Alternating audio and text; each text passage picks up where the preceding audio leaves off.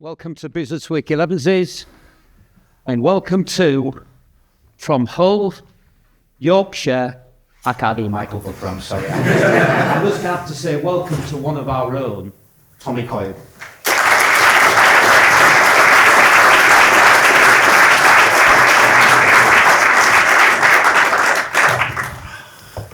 Good memories up there, kid. Yeah, just a few, some bad ones too. Nice song. Yeah, meaningful song really. Obviously, I guess I kind of emulated my career and my style on a fighter called Arturo Gatti, who sadly passed away, and the song's about an angel in the sky, and reminds me of my father as well a little bit, so I thought it was quite a fitting song for a video, yeah. We're not getting all emotional, are we? I know what an emotional beast you are. It depends what questions you ask. Absolutely. So, that's who you were, but that's 10 years ago, isn't it? So today is all about discovering who you are now.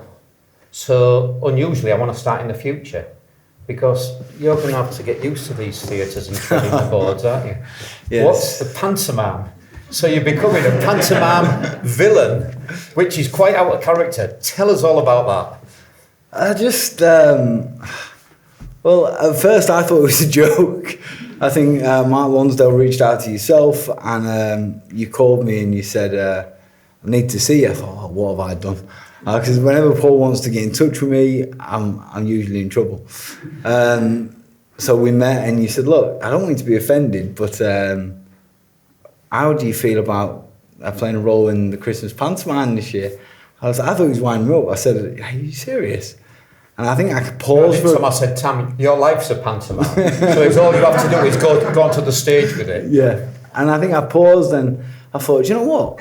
I'll have a bit of that. I'll do that. Because there's two banks in this world. You've got Barclays Bank and you've got the Memory Bank. And I think sometimes we can all get caught up trying to make a few quid and put a few quid in the Barclays Bank. We've got to remember and make time to make a few memories to put in the memory bank. And it's probably something I'll look back on in 20 years and say, man, when I played in the pantomime. And who knows, I might get the role every year. And, you know, you could just... So what can we expect? Because you're not going to be sticking to any script, are you? No, you never did In the Ring, did you? So you're not going to do on this. I've already told them that. I was thinking I'm going to say, like, come on, boo me louder, especially you lot in the cheap seats and stuff like that. So I'm going to have some fun with it and tell a few jokes, I think. Sure. I think you need a bit of practice though, don't you? This is where you come in and you say, where is he? Where is he? Oh no, he's not. Sit down. We've got some practice to do, haven't we? All right, that'll do. That was not in the script. So, how would you describe Tommy Coyle to a perfect stranger that nobody's ever been to Hull or met you? Sorry, that was not in the script. That took me back. How would I describe myself? He wasn't the best, but he isn't the best, but he tries his best. He's a good kid, he's got a kind heart, and he's a good dad, I think, because your wealth is in your stock.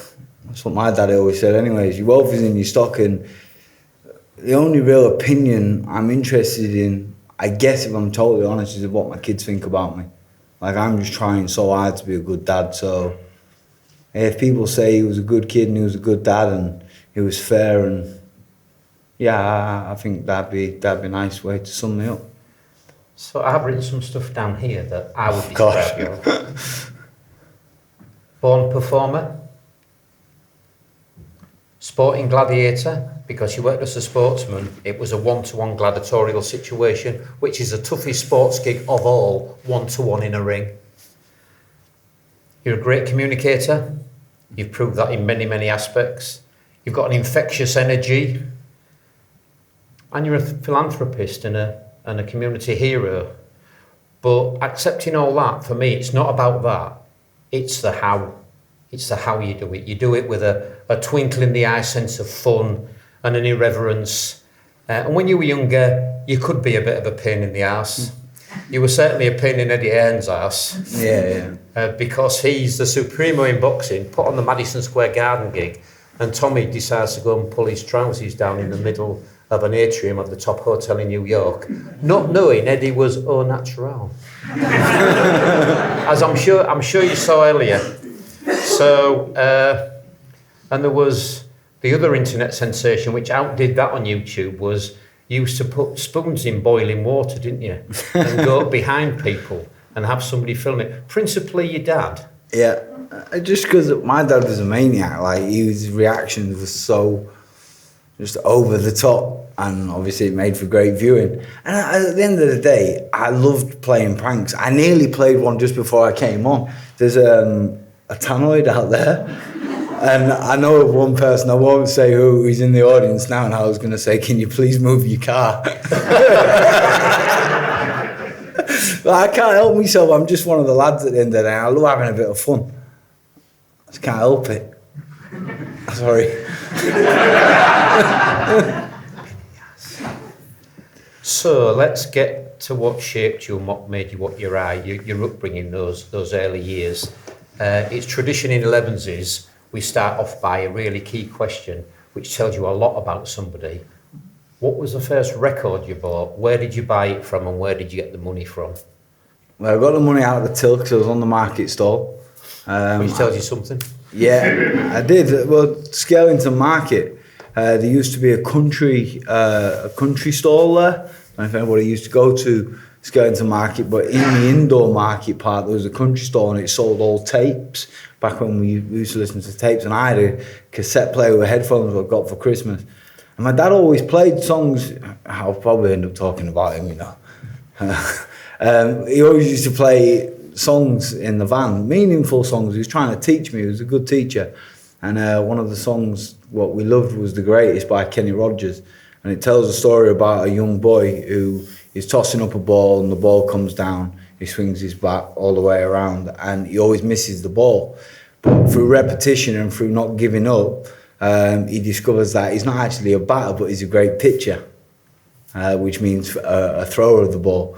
But he wouldn't have known by elimination process. So I went and bought that, and I got the money out of the till. Tom, I only asked what record you bought. I didn't ask for a life story. Sorry. Can we change this gig to 2 hours up there? Sorry. Can we look at your grandparents?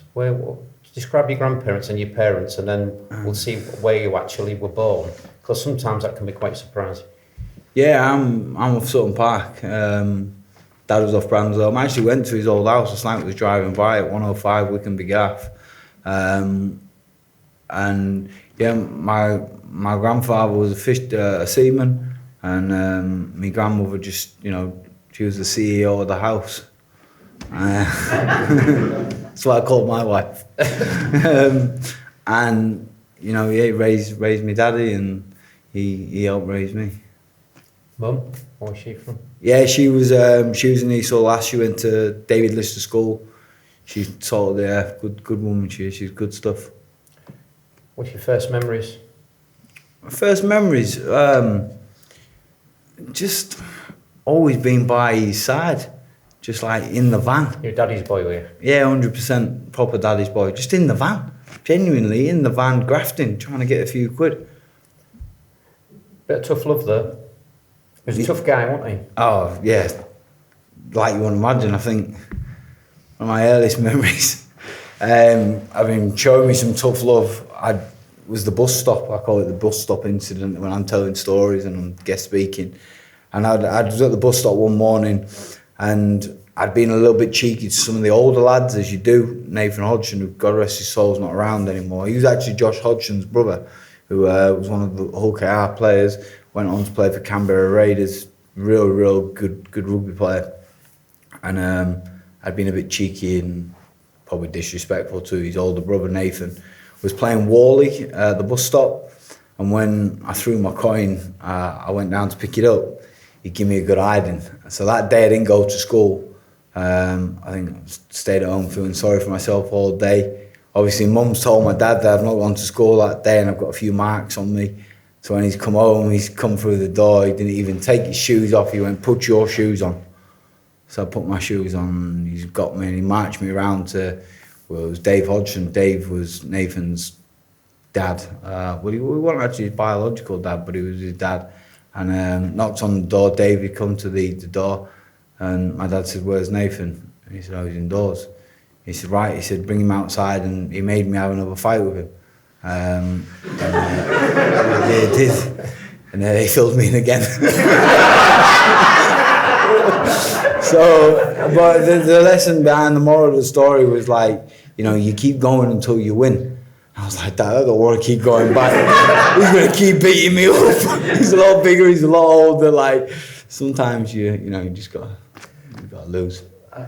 So I think you and school were strangers, weren't you, really? Yeah, it wasn't for me, but... I remember just after the defeat in the Rumble on the Humber, I texted you, bed sores. Yeah. I just one word, bed sores. Do you want to describe why I texted you that? Yeah, well, listen, the only thing you get for staying in bed are bed sores. You got to get up and get after it. And I think, you know, I tell the story. I was twagging school again with Josh Hodgson, who's one of my pals. We weren't twagging school, we showed willing, or we thought was willing. We used to go to Asda, get a sausage sandwich, try and get a whoopsie, and kind of pop whatever we did. Then we'd walk to school, we'd purposely miss the bus. We thought if we purposely missed the bus, walk to school, we're still showing willing, but it's probably a 2.5 hour walk, so you missed the first part of the day. Turned up, I've missed the bus, sorry, really sorry. Well, you've done 2.5 hours of the day. Anyways, this particular day, I noticed my dad's van was in the car park, big green thing with all the sign writing on. Yeah, Asda. And he's sat in the cafe having a breakfast. And he'd already seen me because he was sat in the window. But I couldn't understand why he was at Asda Cafe. And I thought, I better just go and front it up. So I walked in. I said, oh, I've missed the bus. He said, oh, that old chestnut. I was more intrigued as to why he was in Asda Cafe at, 9 o'clock in the morning. Because I'd heard him get up at 4 a.m. To go to work, like he did for all my life. So he said, sit down. Josh gets to school, go on. So I sat down and I went, why aren't you at work? He went, look, he said, I'm skint. So I said, right. My dad was a bit of a gambler, you know, he was the type of man which would gamble on which raindrop was going to reach the windowsill first for somebody in a pub, or he's that type of guy. And he'd gone skint, and when you're a market trader, you have a float, and your float's your buying money. You go to work in the morning, you buy the gear, you go to work and you sell it and try and make a profit. That's the name of the game. He said, I've done the floating. So I went, all right, okay. Done the floating means he spent the money, by the way. Sorry, my terminology. He'd done the floating. So I said, at the time I was playing football, I used to play football, I wasn't a bad larker. I was playing for Leeds United. So at the time, my other brother Louis was playing for Leeds. I was actually only in the shadow squad. Louis was in the full academy. But it meant he had to go to Tadcaster and Fort Parch 4 times a week. So you can imagine, I mean, I do it now with my boy Archie, Huddersfield, it's 50 quid a go, plus your bit of snap on the way in the garage, which we'll come on to. You know, it was expensive, it was probably a couple of £100 a week, and he's no money. So I said, listen, Dad, don't worry about taking me training tonight. I said, you know, times are hard. He went, oi, he went, I'll get you to training by hook or by crook. He said, school gates, 4 o'clock, same drill, see you at 4 o'clock. So, lo and behold, picks me up 4 o'clock, and we get to your North Ferriby garage. So on the go. This was my first interface with him, by the way. And my dad gets out the motor and he walks around the front of the motor and he gets the nozzle out and he sticks it in. Now, normally, when you're a market trader, like I think my mum still puts a £5 or a £10 in. She's still like that. Do you know what I mean? She doesn't fill it. She just puts enough in to get A to B. Well, he was the same. He'd put 40 quid in there and back. He'd fill up again tomorrow when he took a few more quid on the market. Anyways, this particular evening, he brims it. The diesel's spilling out the tank. I'm thinking, oh, he said he was skint. So he puts the nozzle back in, he walks round the front of the van, gets in, and just drives off. I says, Dad, what are you doing? He says, I've got enough diesel in here to get you and your brother to training all week.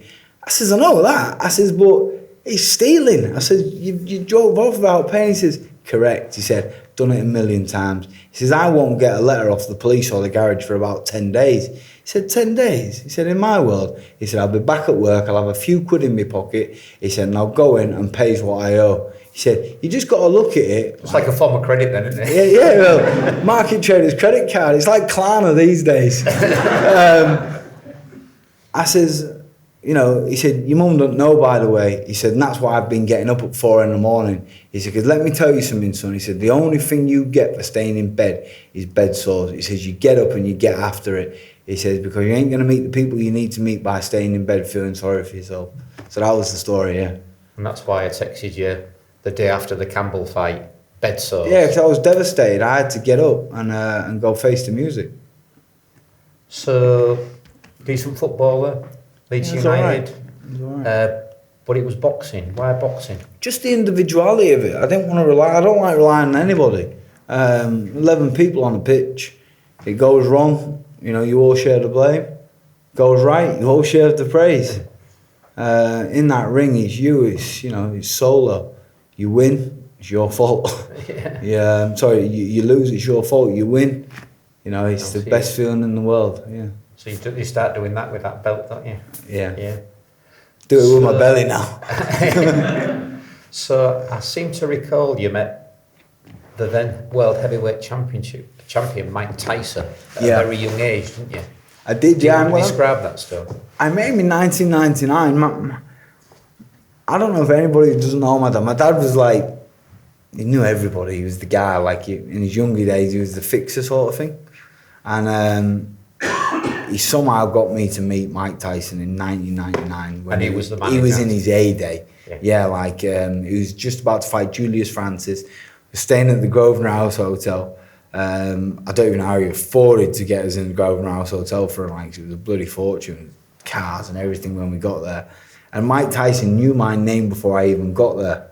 I think I know now how. I'm going to say, how the hell did he know your name? Just the people my dad knew, Right. you know, them types of people. Yeah.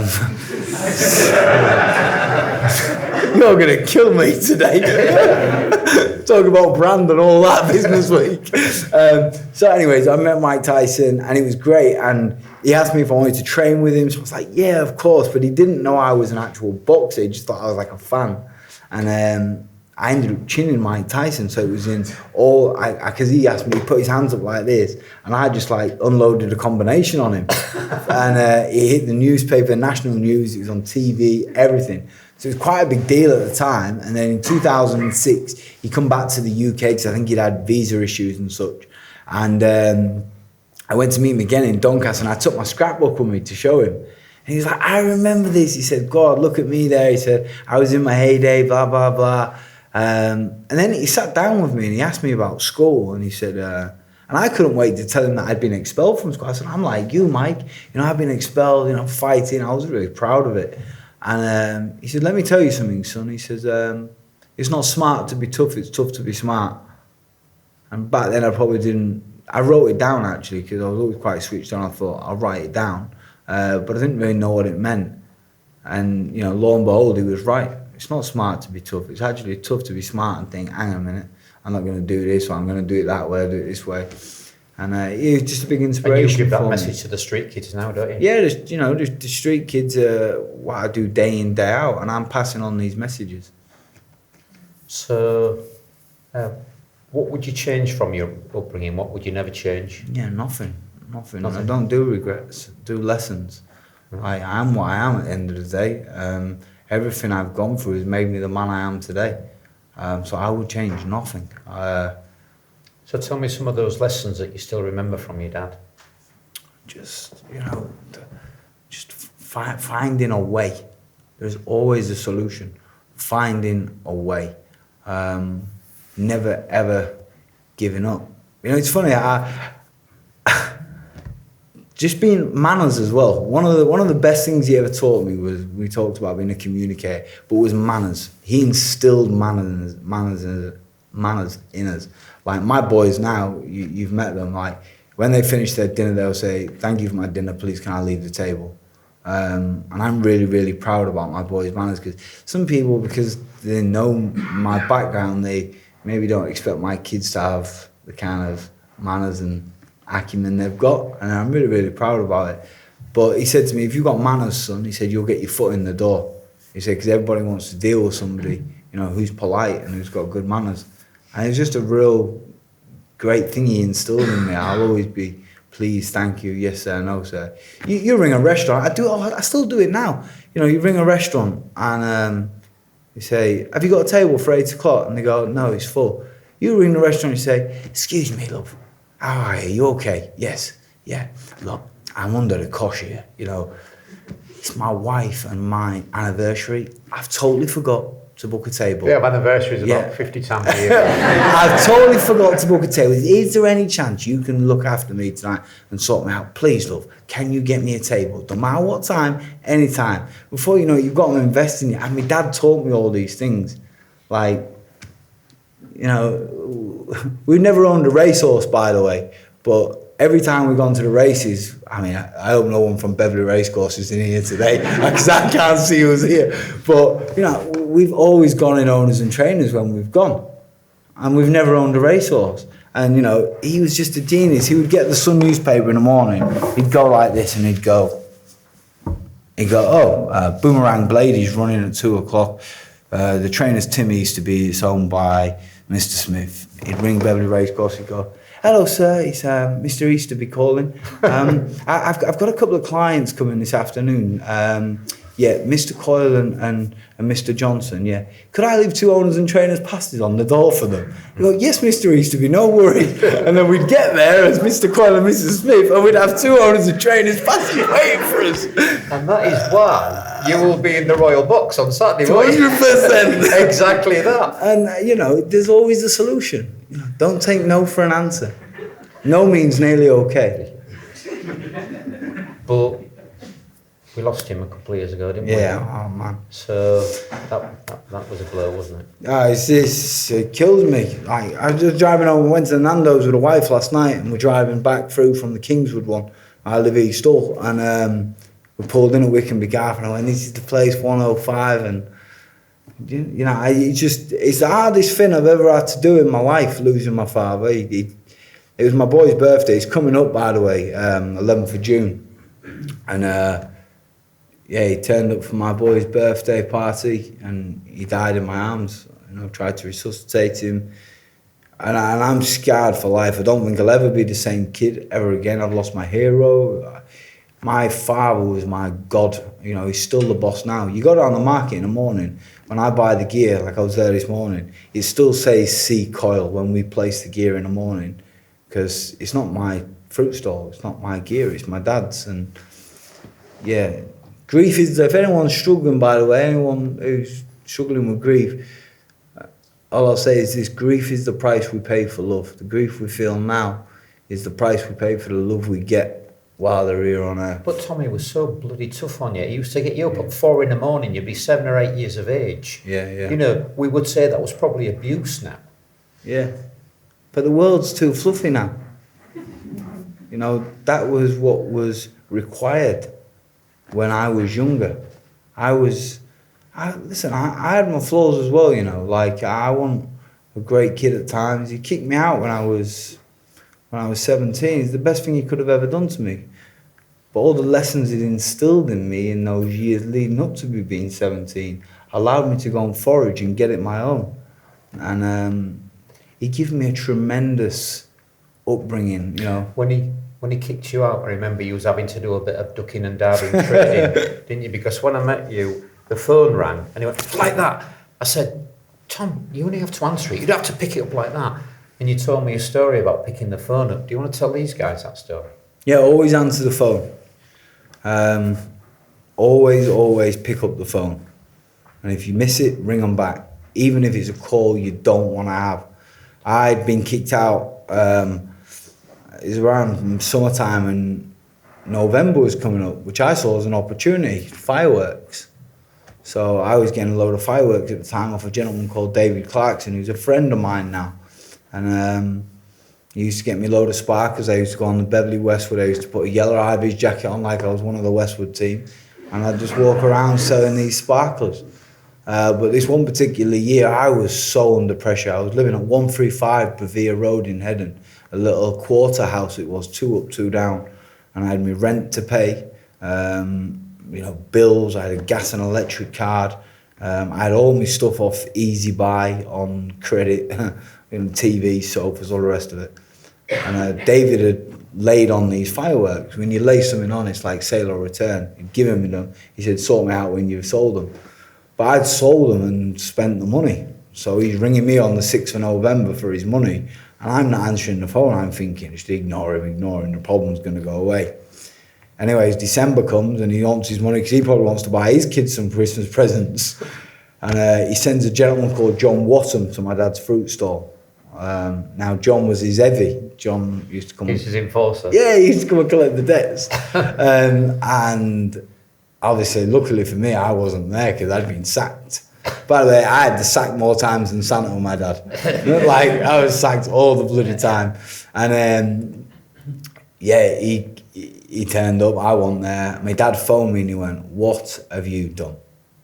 I was just happy he phoned me really because he'd not spoken to me for months. And he went, "I've had John Watton at the store." He said, "You need to phone David Clarkson immediately." So I phoned David and put on his front and I was like, "Is there a problem?" He was like, "No, there's no problem." I was like, "Well, why have you sent John to my dad's fruit stall?" He went, "Because, I need paying." He said, "But there's no problem now." He said, "Because you've picked up the phone." He says, "You've done the money in, haven't you?" I said, "Yeah, I have." He went, "Do you think I don't know that?" He said, "Do you think I haven't been 18 before?" He said, "Can you afford to pay me back?" I said, "Yeah, weekly." He said, "Have you got a bank?" I said, "No." He said, "Is your mum?" I went, "Yeah, I think so." He said, "We'll give your mum £10 a week." He said, "And pay me back." It was only 500 quid, by the way. And I paid him back a tenner a week. He said, "Let me tell you something, son." He said, "Always answer your chuffing phone." He said, "Run towards your problems, never away from them." He said, "You'll halve your problems." He said, "Just pick it up, deal with it." So now, listen, I'm in business. We all have problems. And if I do have a problem, you've given me some great advice over the years, Paul. I think we call it the sniper's bullet. If there is a problem, go and tell your client, go and tell your customer before they hear it from somebody else. And I've done that numerous times. So your dad enabled not just your sporting life, but this incredible dynasty of 4 kids, 3 sports, all elite sportsmen. Firstly, can you describe your brothers to these guys who don't know, and what's the secret? Because they're not 4 footballers or 4 boxers. There's a golfer, there's footballers, there's boxers. Well, it's incredible. Describe them and how you think that came about. Yeah, I think there's definitely a blueprint there. And we don't talk about my mum a lot.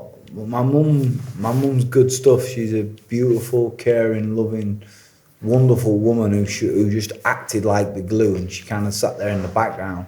But she was, because my dad could only take one of us at any one time.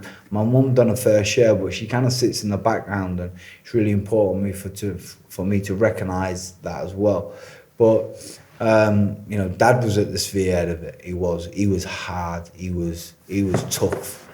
I find myself doing it with my boys now. If my boys had a stinker at football, I'll get in the car and I'll be quiet. I won't say a lot. I'll get out and then he'll go, "How do you think I played, Dad?" And I'll throw him the question back. I'll say, "How do you think you played?" And he said, "All right." I said, "Well, do you want my honest opinion?" And he'll go, yeah. And I'll say, "I thought you was shit, son." Sorry for swearing. I thought you was SHIT. That's just me being honest. He never sugarcoated anything. And then when we did great, he didn't praise us too much because he wanted us to have our feet on the ground. And I think the magic in it was that we always seeked his approval. And I'm still seeking it now. Well, both market traders, aren't we? Yeah. That was my upbringing as well. It was like, if Dad said nothing, you knew you'd done great. Yeah. And they just always found a way. football boots. Bloody hell, my boys now, I've got 3 boys, by the way, and football boots and kits and subscriptions. It's a fortune. But they found a way to do it. And I mean, we used to have a pound slot. I don't know if anyone remembers the TVs where you put a pound in the box and you got 6 hours. I've had my dad with a screwdriver opening it to get the money back out, just to pay subs and stuff. And I'm telling you no lies, that is the truth. And we always lived on the emergency. They was just phenomenal parents. We weren't necessarily the most talented kids, but I think the reason why we've done relatively well was just because of our desire, our hunger, and as well, you know, we didn't really have a safety net neither. We had to go and make it on our own because we knew one day. See, that's my definition of an elite sports person. It's where talent meets desire. Yeah. You can have talent, no desire, you don't make it. You can have desire and no talent. You've got to have both and get that balance, haven't you? But it's the same in business, I think, Paul. I'm sure we'll come on to that, but I really do think it's the same. So, we've seen the boxing career. We joke now that you went from Queen's Gardens to Madison Square Garden. Do you just want to describe that journey starting in those tough early days? Because it wasn't always Sky Sports and Boston and New York, was it? Well, I won't tell the story exactly, but the Queen's Gardens, you'll probably all remember the police station in Queen's Gardens. Well, I was there a few times. That's all I'll say. And so I kind of went from Queen's Gardens. It was quite fitting I ended my career at Madison Square Garden. So, but it shows, you know, you start somewhere, and if you apply yourself and you do the right things and you consistently keep doing the right things, you're going to change the outcome. You're not going to stay at Queen's Gardens. And I remember being around 18 or 19 and thinking, if I don't change, there's going to be no change here. And I had to really, really work on myself. I always had good people around me. I had to really work on myself to try and, you know, change what would have been the outcome. And I think I did that. I'm not where I want to be, but I think I'm on my way, I think. So you went from fighting in village halls and stuff like that, City Hall, to the mecca of boxing. I remember you stood on first fight. the Muhammad Ali scales at Madison Square Garden, and that was on the film. I was in the audience, and Tommy walked on the stage, a totally American gig, and this army from Hull, you know, started chanting, who are you, to this world champion, Chris Algieri, and it was a good fight, wasn't it? Yeah, too good. Bit off a bit more than I could chew. I thought I nearly had him in round 2. He said that, didn't he? Yeah, he did, and then he come out round 3. He was just too big, too good for me. You know, I want, as you've seen from the video, I want the greatest fighter in the world, but the thing about people from Hull, they're not really bothered necessarily about you being the best. But if you give your best and you entertain, people sometimes don't find value in talent. They find value in entertainment. Well, up there was the Brazuela fight, which was ESPN Fight of the Year, which is a worldwide sports channel. That was ESPN Fight of the Year. And I think there were so many knockdowns that the cameraman couldn't keep up with it. You were knocked down 4 or 5 times? 4 times, yeah. What made you get up? Because every time you were knocked down, the commentator said, he ain't getting up from this one. And you did, and you won. Listen, if I can What's that all about? If I can look up, I'll always get up. You're going to have to put me out cold for me to stay down. And there's no way I'm going to stay down when I know my dad is ringside. Can't do it. I thought we'd packed in talking about you. No, because everything always comes back to him. He's the one, you know what I mean? He's my reason for everything I've ever done in my life. You're going to make me get upset here. But, like, he just is. And I could never have gone for a coffee with him the next day in Thieving Harry's and looked at him. I didn't know that I'd stayed down. Because he'd say, you know, you bottled it, you swallowed it, and I never bottled it. So, but there were the wins as well. We talked we had on the film days. about the losses and what you learn from the losses. But we talk about the wins. What was the highlight? Because we saw you up there with the belt. Was that the highlight? Yeah, I think the highlight for me was winning the Commonwealth title. It was like, I finally won a belt which is recognised around the world. that I can be proud of. You know, I can put it in my little trophy cabinet at home and say, your dad was Commonwealth champion. He wasn't the best, all right, but he did his best. And you know what? Through the elimination process of failure, I finally got there. I finally won a belt I can be proud of. Was that the fight? And it doesn't matter whether it was or not, because we still tell the story. I've not told you this one, by the way. Was when you were in Hull, because you never liked stopping Manchester, did you? You always came home. You needed to stop in camp in Manchester. I needed to be with my wife. But you wanted to come home, so you travelled 4 hours a day, even though your trainer said, we need you in camp. So you go into the weigh-in in Manchester, and you realise in Hull, you're overweight. You ain't going to make the weight. God, yeah. So talking about finding it's the same the way, fight, you're right. It was at the same fight, title fight, because I know what you did to make the weight in Manchester. Do you want to describe that? Yeah, I don't like people who cheat. You know, you get beat fair and square, that's okay. Getting beat for not being good enough is acceptable. Don't ever cheat. And I was 7 pound 3/4 ounces over the weight. That's a lot, isn't it? Yeah, it's like, what, there's 14 pound in a stone, so just over half a stone. I woke up at 8 in the morning, I was 7 pound 3/4 ounces over, and I had to be 10, I was fighting at 9 stone 9 actually, 9 stone 9 for 2 o'clock, the weigh-in in Liverpool, and I'm still in Hull. Because I just didn't like being away. Like, my wife's my best mate, and I get a bit of, she just looks after me, does everything for me. And so I used to come home. And I woke up, I was overweight, I had to get the weight off, and I got the weight off. And I was going to have an IV drip to rehydrate, but having an IV... How did you get the weight off? Oh, yeah, gosh. So I was in the... That's the story. Because there's people here want to lose half a stone. This is the Tommy Coyle way. Well, you can't lose half a stone in body weight in 6 hours, all right? In fact, it's just not possible, okay? But you can dehydrate yourself, and it has severe consequences. You know, people can have bleeds on the brain and end up, you know, very, very ill. Some people have lost their lives doing this because, you know, it's water. Yeah, but you did it in the car, didn't you? Yeah, I did, yeah. So I obviously took so much of the weight off, and I got down to about half a pound to go. But I was going to be late for the weigh-in. So I put this sweatsuit on in the car. Unfortunately, I was doing half all right, so I had heated seats in my car back then. So I put the heated seats on in the car with a sweatsuit on and all the towels and all the blow heaters. And the people who was in the car with me was in torture for 2 hours all the way to Liverpool. And I just sat there and tried to sweat it out in the car. I'd forgot about that story. It's a good story. Yeah. So when made the weight. When you won your biggest title, you'd done that. Yeah. Before. But the thing about the cheating and the IV drip was I told my trainers, I said, I don't want an IV drip.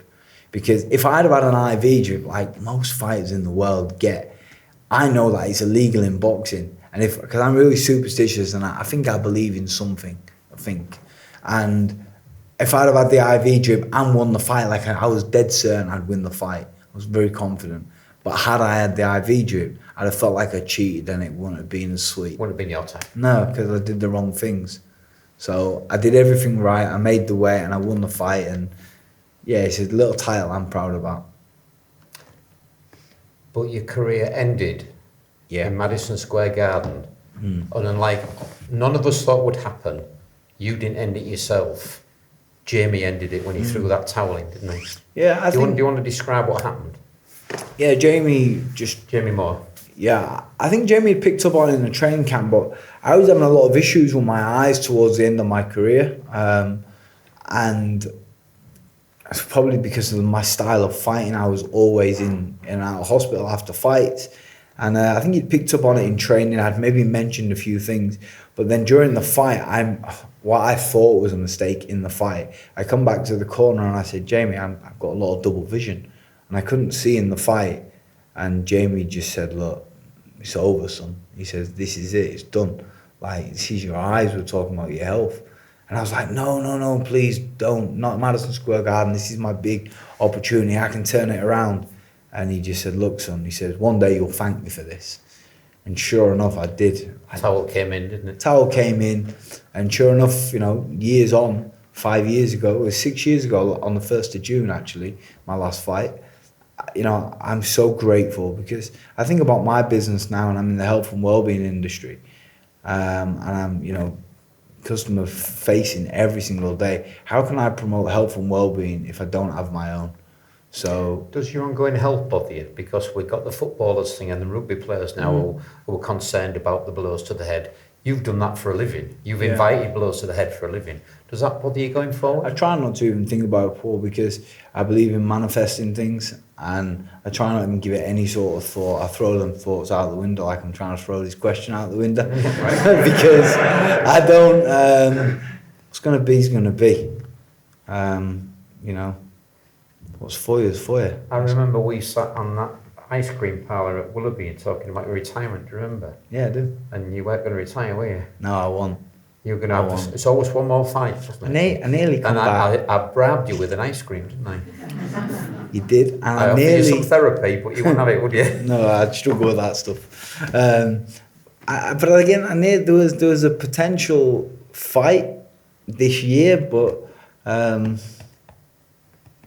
things got in the way. Politics. You were going to fight the mayor, weren't you? I was. We'll talk about that later. Please don't. I'm sick of it.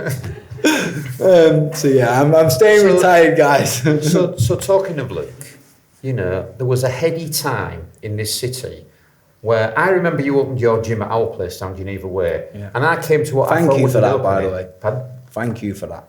Well, we helped a lot of kids, didn't we? You did, and talk about this all the time. People I'm not self-made at all, by the way. I've had so many people help me, you being one of them.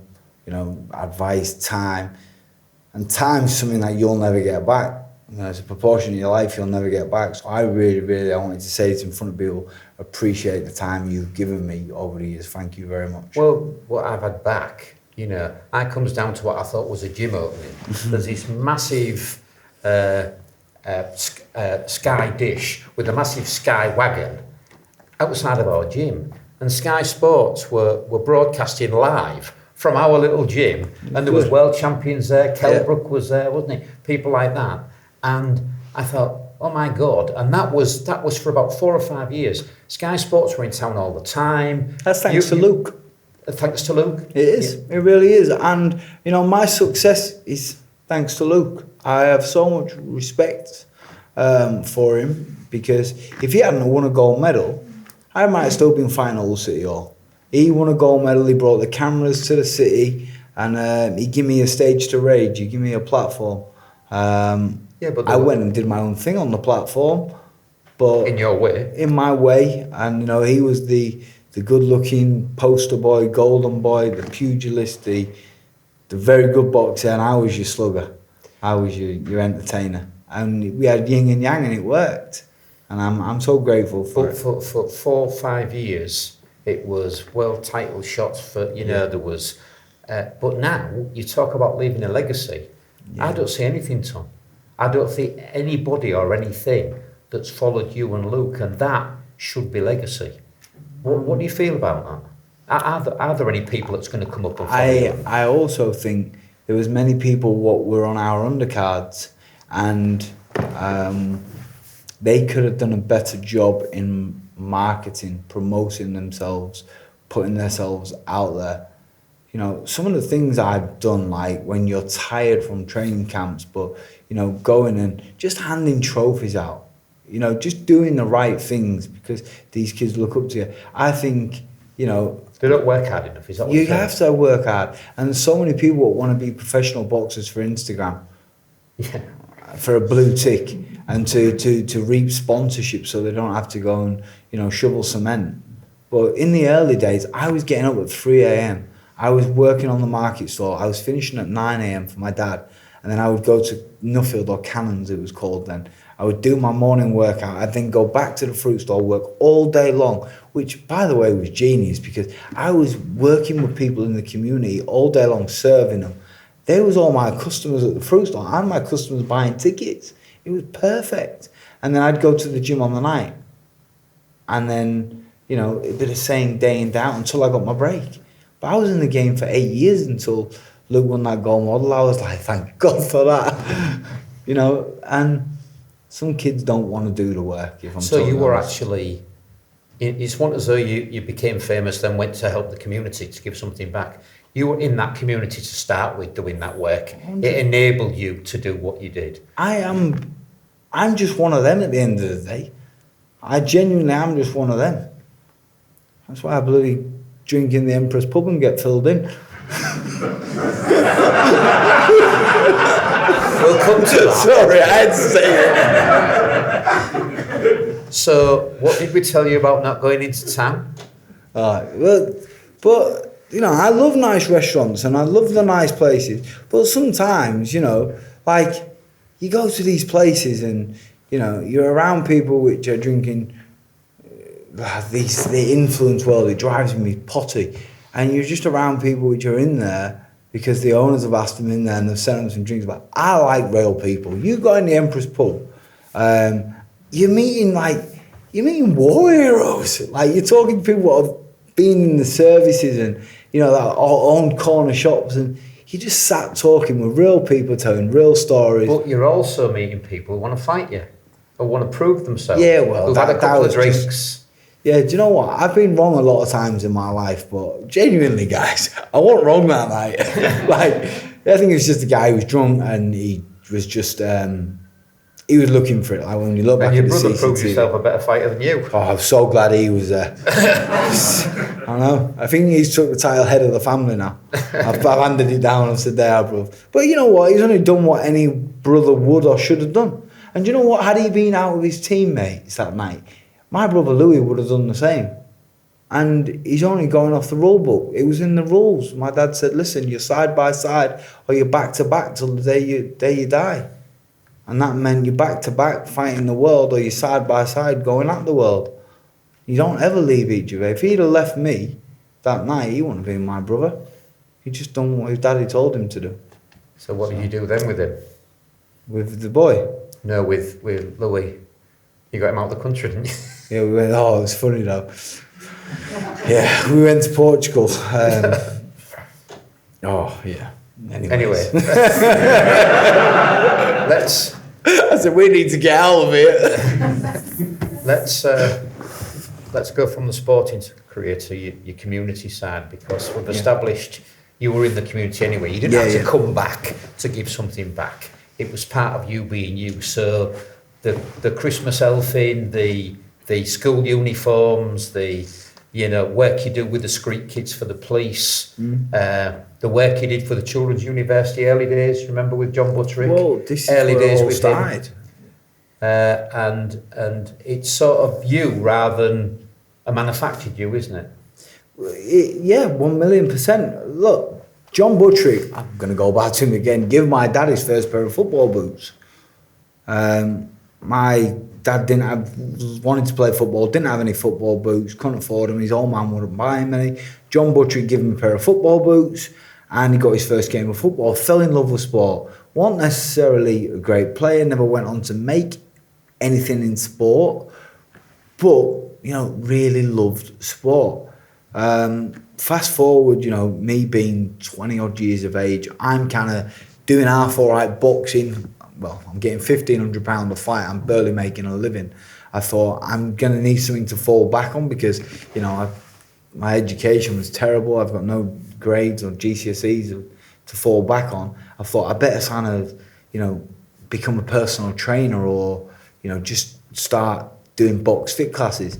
So I applied for some funding off John Butterick and he gave me £600 to buy some boxing gloves to start teaching box fit classes.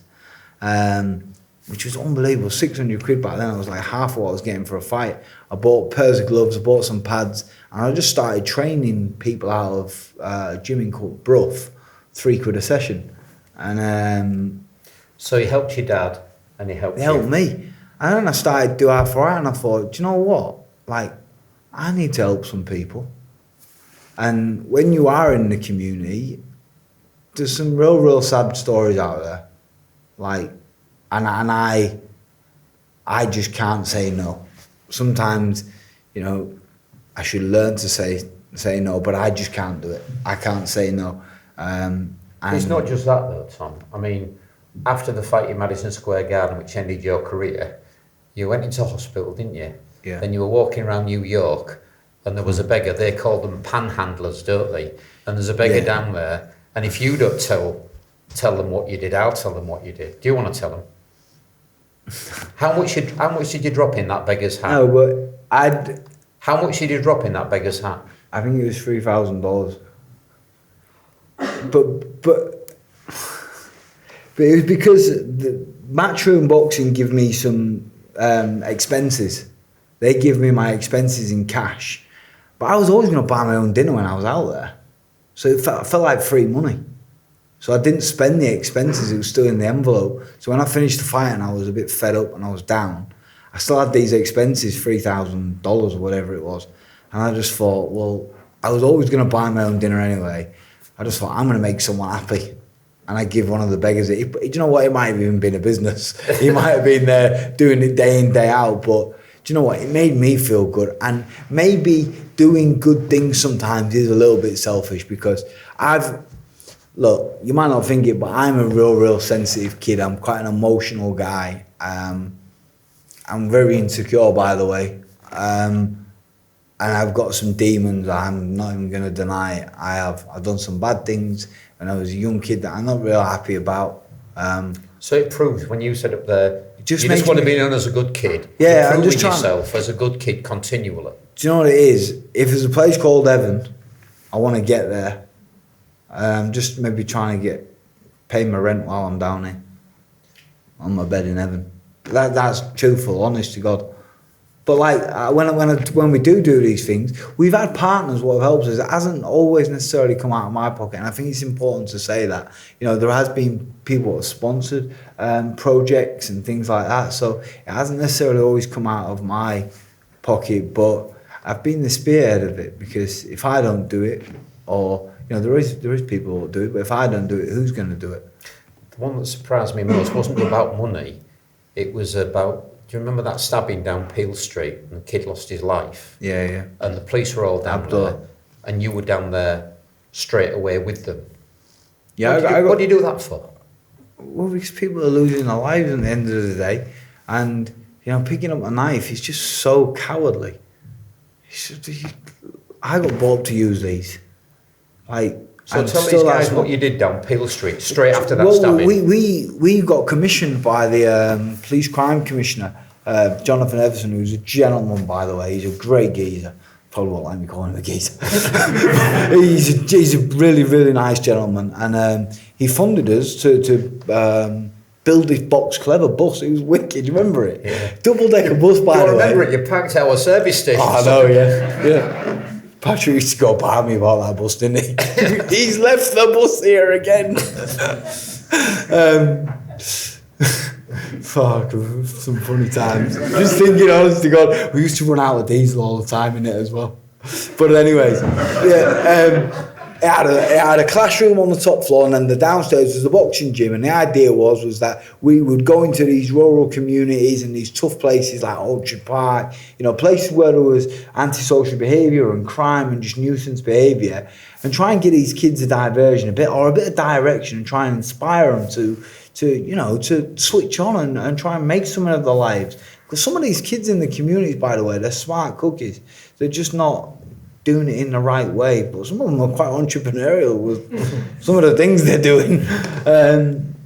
And yeah, he commissioned us to go and do it. And then when the incident happened on Peel Street, he was like, look, you know, we can't be involved. You can't take the bus down there. It's kind of off limits. So I said, well, what about if I did it off my own back? So I put the bus away and I got my dad's van out and I put all the stuff in my dad's van. And I just went and did it on my own. And I bought 3 containers of Andrew Lunn. And we put these containers together. We got permission to drop them on the street. And we created this boxing gym. And it was the best move we ever made. And it was wicked. It was so good. Like all the kids was in there boxing. And it was something positive on the street rather than... You know, we couldn't change what had happened, but it was something positive rather than all the negativity of, you know, what had happened. So just before we finish on the community stuff, I'll ask this question. before somebody asks it later. Why didn't you run for mayor? Oh, fucking hell. Because when Farai said, we've got a knockout candidate here, I got loads of calls. It's him, isn't it? I said, I don't think so. Yeah, you said you aren't running for mayor. I think, like, I was really, really shocked as to how many people thought it was going to be me. But for me, being the mayor, is that how you say it, by the way? Yep. Okay, I've got that right. Perfect. It's a really, really, it's going to be a time-consuming job. Like, it's a very important role. Like, there's a lot of responsibility. I'm not qualified to do that. Like, and my energy and my time is best spent focusing on my business and looking after my people, because I've got so much to do. I've got such a long way to go, and I'm not qualified to be, doing deals and telling everybody about trying to help everybody else's business when I've got to get my own ship in order first. So yeah, it's not for me, but I wish him, well, and yeah, I'm not a politician. I'm a boxer who's trying to make a few quid and do some good stuff in the community and help a few people. Okay. Just leave it at that. It's Business Week. Can we get onto your business life now? Please. Because I mentioned it earlier on, you are the purest entrepreneur. Loads of people call themselves an entrepreneur, call various people. You're the purest entrepreneur I've ever met. Don't ask me to spell it. I can't spell it. I can't spell it. It's a French word, ChatGPT. Or as George Bush said, the French should invent a word for entrepreneur. What is it? So entrepreneurs actually create value from little or nothing, which you do, get from A to B no matter what, which you do, are resilient to setbacks, which you always exhibit, you play quick, take risk, have lots of ideas, can create chaos in brackets, and so that's really pure entrepreneur. But you had an upbringing in a very pure business environment on the market stalls. Yeah. Do you want to describe how that informed you as a businessman later? Because it's the essence of business, a market trader, isn't it? Yeah, I think stick to what you're good at. Stay in your lane. I'm not good at a lot, but I'm good at communicating. I'm good at sales. I'm also very, very good at buying, because sales necessarily isn't what you sell something at, it's what you buy it at first, because that's what's going to determine your profit margin. So going down the market in the morning at 4 o'clock, and I say 4 o'clock because you've got to get down the market first. Got to be first. Got to get down the market first.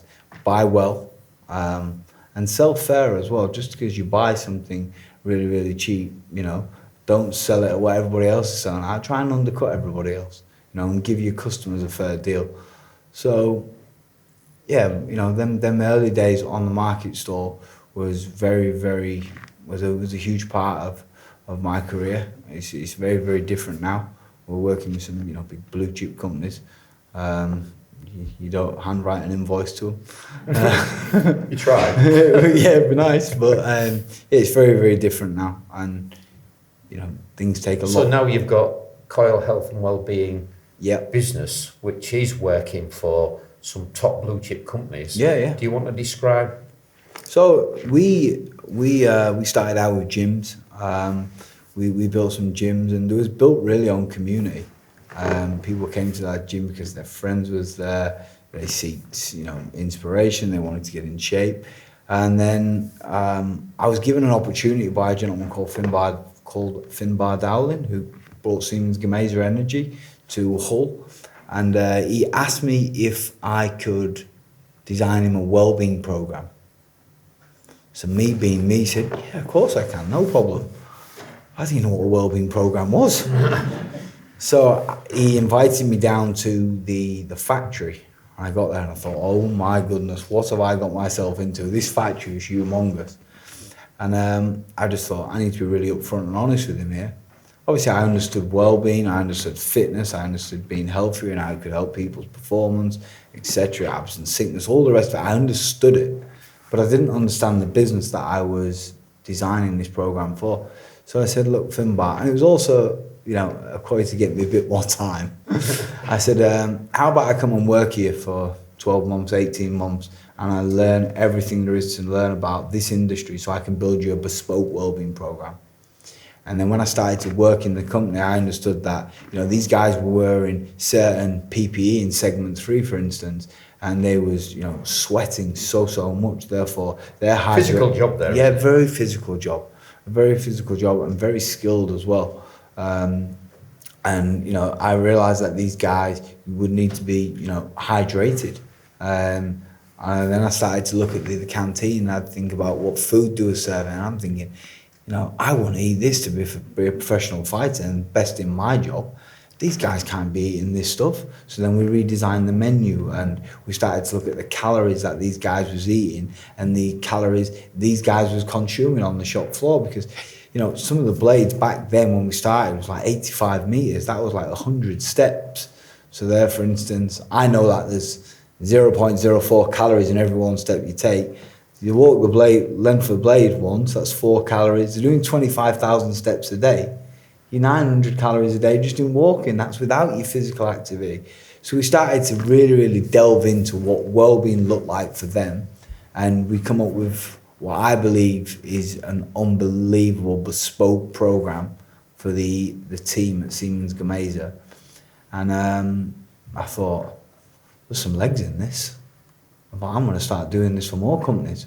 And then we just went on and on and on. And we're now working with, you know, some really big companies like GE, Siemens Gamesa, British Gas, Centrica, and...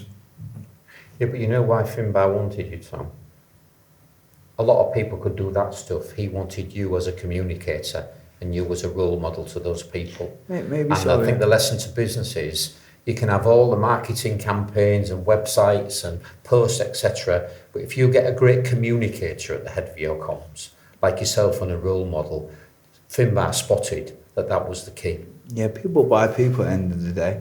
And, you know, when we roll out a program, people buy into it and engage in it. And then we started to think, right, you know, the gyms and the well-being, how can we, and then the fruit and the veg, how can we kind of make this offering where everything we do is around eating well, moving well, sleeping well, having a holistic approach. So if you move well, you're more inclined to eat well. If you eat well and move well, you're going to sleep well.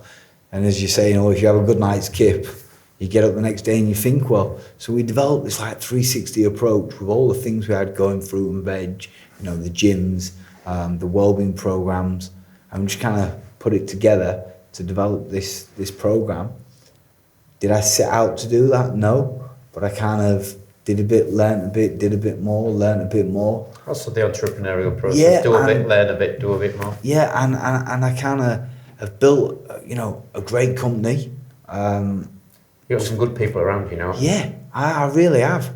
And I think, you know, I've kept the same people around me since I started. And I think that's because of the way I've been with them. Like, I always think about Neil John. I've always been honest and upfront with him, and he's always stayed close to me. We've been friends 10 years. You've helped me, mentored me, supported me. You're not no slouch. You know, if I was no good, you would have took a back seat. But, you know, when I've got things wrong, I've held my hands up and I said, look, I've got it wrong, I apologise, how can I be better? And I'm just a dead on it. I am genuinely, and I'm not just saying it, I'm an honest kid. I get things wrong, I'm a human being. But I'm just a trier at the end of the day. I'm trying my best. Good business for me is not just about, you know, making a good load of money. It's about doing a good deal which works for them and for you. Win-win. It's a win-win. It has to be a win-win because you don't want to leave a sour taste in their mouth. They'll come back if it tastes sweet. Sugar sweet, ready to eat, strawberries. You know, they come back. Back to your roots. Yeah, they come, literally, pardon the fun. But yeah, literally, you know, make sure it's sweet for both. Just be a good kid. So when's the book coming out? Do you know what? James Smells is writing it for me. But it was going to come out. I don't know whether James is here, is he? I'm not sure. Maybe not. I can't see anybody. And of course you can't see anybody, just see the lights. That's the plan. I was so worried about this today, I'll be honest. I thought, if there's somebody in the city what don't quite like me, they might just book all the tickets and then nobody turn up, so I'm talking. But I can hear a few laughs, so I know a few are in here. But yeah, James is writing my book for me. It was going to come out in August, but we're going to leave it because the pantomime's going to be a feature and a chapter, and yeah. So there's loads of stuff happening in the background. I'm working on something really, really cool at the minute, which I'm excited about. So we generally end our 11s by asking the person I'm interviewing to tell these guys, from your life thus far and your experience thus far, if you could tell them just one thing, what would it be?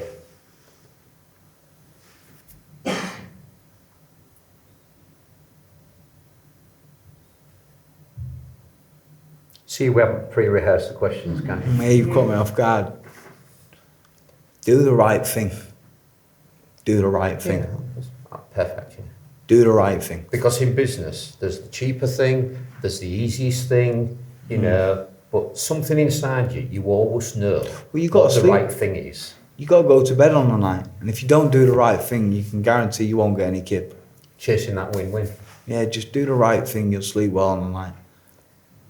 So, are you going to Wembley on Saturday? 100%. I'm East Hull. Well, you're also a coach to the boys, aren't you? Yeah, I am, yeah. The boys are great. We've got a phenomenal team. To the role at Tenerife for pre-season, you set them you have them walking into the sea naked, don't you? You have them all stuff like that. I mean, one thing I will quickly tell you before we wrap up, something I did with them this season was about bringing the team together. But I will say this, I think the back office team, if that's what you want to call them, yourself and Paul, Lakey, Neil and all the guys, has been phenomenal because they can see the leadership now. The team know there's some serious leadership and some serious direction, and we're not playing games. But one thing I did over in Tenerife at Christmas was I got all the boys together and we got in a huddle, and I said, look, I want everybody to just walk into the middle, say your name and tell everybody you play with what your why is. Why do you play rugby? And I think the exercise was about getting everyone in the team to know each other on a deeper level and understand their reason behind why. And my reason was Neil was my first sponsor. People think that I train everybody at OKR and I put an invoice in. And I go out to Tenerife and I put an invoice in and they use the gym, and no, I don't. I do it because when I didn't have a pot to pee in, Neil will give me some sponsorship to get me going.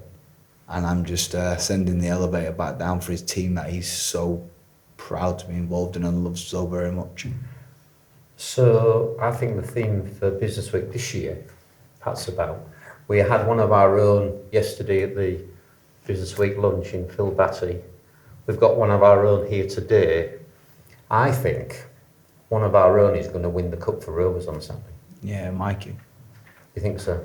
Well, it'll be a collective effort, but I think Mikey will be so revved up for this game. You know, we've been denied of it in previous, but you talk about the elimination process, you know, the failure, you keep failing until you win. The law of average says, you know, eventually you're going to hit the nail on the head. And I think this weekend's the time we hit the nail on the head. Thanks, Tommy. You're welcome. Do you want to thank Tommy in the normal way?